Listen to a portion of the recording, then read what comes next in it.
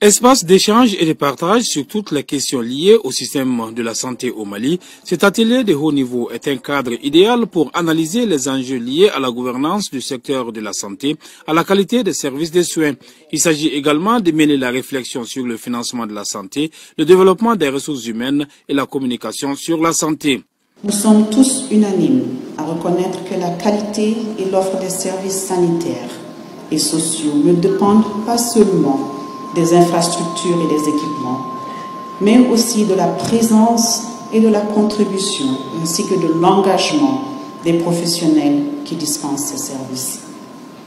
Le programme de développement institutionnel nous offre également l'opportunité de renforcer les capacités professionnelles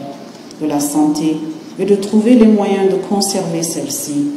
et de les renforcer au fil du temps. En effet,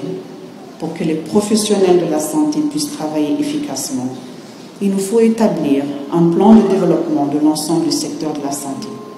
avec des cibles bien définies, élaborer en parallèle un plan de développement des ressources humaines, définissant de façon précise les objectifs à atteindre en matière de perfectionnement, de déploiement et d'utilisation du personnel de santé.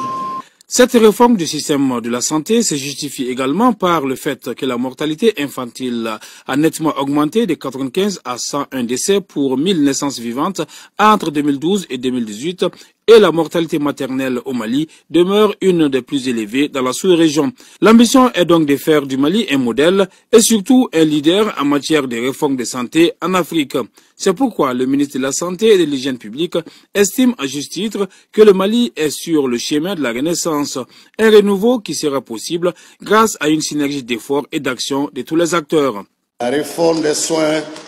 de santé primaire commencera immédiatement et son coût annuel hors dépenses d'investissement est estimé à 6 milliards de francs CFA pour cette première année 2019 et augmentera à 69 milliards en 2022.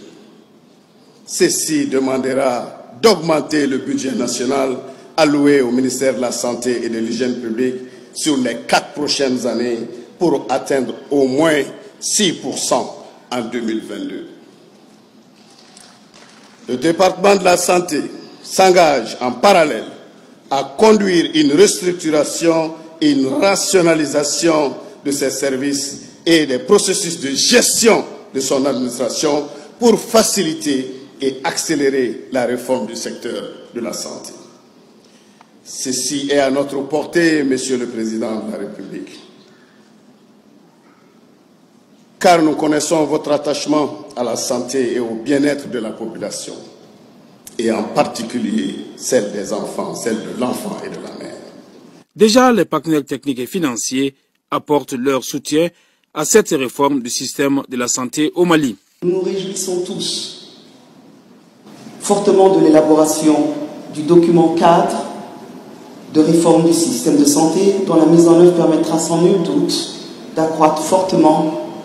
la performance du système de santé. Je reste convaincu que ces réformes opérationnalisées en plusieurs phases permettront de booster le système de santé et d'améliorer le niveau très préoccupant des indicateurs actuels de santé en rendant disponible et accessible tout le paquet de services de santé. Une centaine d'experts nationaux et internationaux se pencheront 4 jours durant sur les 3 axes majeurs de cette réforme du système de la santé au Mali, à savoir l'amélioration de l'offre de services de soins, la gouvernance et le financement de la santé.